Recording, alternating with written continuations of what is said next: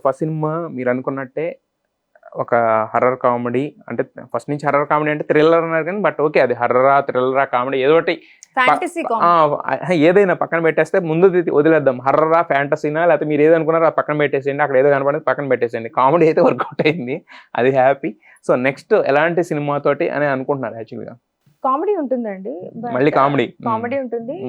అంటే డన్, మాకు రైటర్స్ గా సాటిస్ఫాక్షన్ వచ్చేంత సోషల్ డ్రామాస్ చేసేసాం. ఒక చిన్న ఫ్యామిలీ స్టోరీ, బెంచ్ లైఫ్ లో అయితే 3 కథలు ఉంటాయి. అన్ని ఎమోషన్స్ ఎక్స్ప్లోర్ అయితే చేసాం. ఏదైనా మంచి వరల్డ్ బిల్డింగ్, లైక్ ఇప్పుడు రాకాసాలో ఒక చిన్న ఒక డిఫరెంట్ సెటప్ ఉంటుంది, అలా ఒక డిఫరెంట్ సెటప్స్ తో ఉండే స్టోరీస్ చేద్దామని. ఎవరికైనా కూడా ఒక స్టేజ్ వచ్చే వరకు అమ్మ నాన్న నెక్స్ట్ వాళ్ళ సపోర్ట్ అవసరం. బట్ కాకపోతే ఏంటంటే, అంటే ఈ ఫీల్డ్ లో మనం కంటిన్యూ అవ్వాలంటే కనుక భర్త సపోర్ట్ అనేది కూడా చాలా అవసరం కదా. సో దాని గురించి నా సపోర్ట్ నాకు చాలా అండి, నాకు ఎవరి సపోర్ట్ వద్దు. నేను ముందు నుంచి ఈ ఫీల్డ్ లో పేరెంట్స్ సపోర్ట్ అయితే ఆనెస్ట్లీ రాలేదు, ఇప్పుడు వాళ్ళ సపోర్ట్ ఉంది. I'm very happy for that. అవసరం లేదండి ఎవరి సపోర్ట్, ఏ అమ్మాయికి ఎవరి సపోర్ట్ ఎక్కడ అక్కర్లేదు. బట్ కాదు, ఒక ఫ్రీడమ్ అనేది, ఒక అండ, ఒక దండ, ఒక తోడు, ఒక నీడ ఉండాలి, మంచిదే. అవసరం అయితే కాదు. I'm happy doing it my self. నాకేం సపోర్ట్ అయితే అవసరం లేదండి. సో మెంటల్ సపోర్ట్ ఇదంతా ఆనెస్ట్లీ చెప్పిన పక్కన ఎవరు మనిషి ఉన్నా లేకపోయినా ఎవరికి వాళ్ళు ధైర్యంగా ఉండాలి.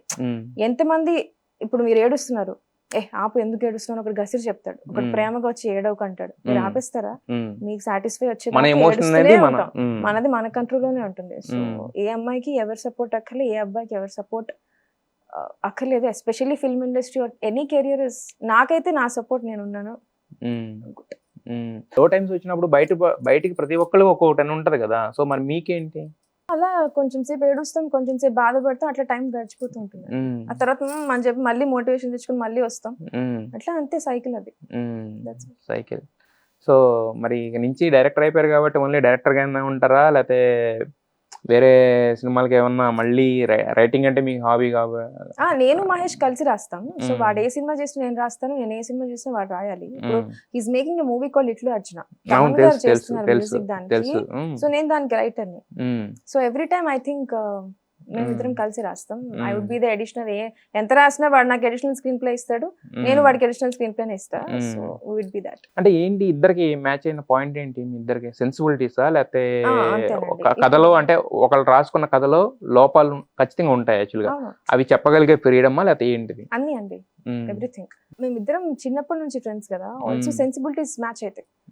కామెడీ లెవెల్స్ సేమ్ ఉంటాయి, చాలా సర్కాస్టిక్ ఉంటాం బయట, చాలా సరదాగా ఉంటాం బయట.